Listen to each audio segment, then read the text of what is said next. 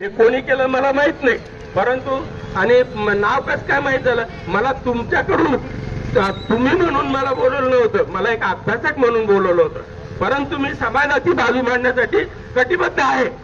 मला माहित आहे मी समाजाचा जाणकार नेता आहे, नेता म्हणण्यापेक्षा कार्यकर्ता आहे.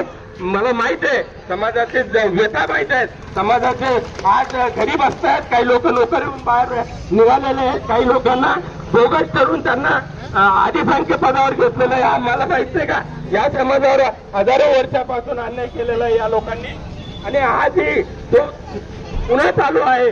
हा जे ऊन आहे म्हणून माननीय जे उपविभागीय अधिकारी आहेत यांनी या समाजाच्या ज्या व्यथा आहेत त्यांनी जाणून घ्याव्या, आणि जाणून घेतल्यानंतर त्यांना त्यांचे जे जे पुरावे असतील, जर पुरावे नसतील, रूल 3 मध्ये जे सांगितलेलं आहे ते पुरावे त्याच्यातले जर कमी असतील तर त्यांचा अफिडेव्हिट घेऊन त्या अफिडेव्हिटच्या आधारे जर तरी बी शंका येत असेल तुम्हाला त्याची चौकशी करून तुम्ही त्याला प्रमाणपत्र, हे तुमचं कर्तव्य आहे.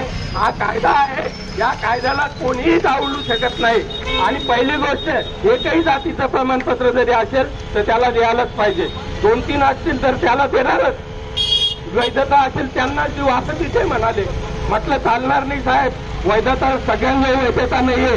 4-5 लोक जर असली याचा अर्थ सगळ्यांना वैधता आहे का? तुम्ही प्रमाणपत्र दिल्यानंतर वैधता मिळेल ना. जर तुम्ही प्रमाणपत्र दिलं तेव्हा वैधता मिळेल, जर तेच दिलं नाही तर वैधता कसं काय मिळणार आहे? म्हणून आम्ही तो आग्रह बसून त्यांच्याकडे केलेला आहे. त्याच्यामुळे कोणी हा गैरसमज करून घेऊ नये की कमिटीला आम्ही समर्थन केलेलं नाही आणि तेही हे केलं नाही, ते आम्ही त्याचा निषेध करून आम्ही बाहेर निघालेलो आहे. त्यामुळे समाज बांधवामध्ये गैरसमज झालेला असेल, कारण माझा समाज आहे, माझं रक्त आहे, या रक्ताला मी कधी विसरणार नाहीये, हेही लक्षात घ्या. आणि याच्या पुढे जे आहे तर हा आंदोलन आपल्याला विजयी झाल्याशिवाय उठायचं नाहीये. त्यांनी सर्टिफिकेट आणून दिल्याशिवाय या ठिकाणाहून उठायचं नाही. आम्ही सगळेजण आम्ही तुमच्या पाठीचे आहोत, सगळा महाराष्ट्र हा तुमच्या पाठीचे आहे. जय हिंद, जय वाल्मिकी, जय संविधान.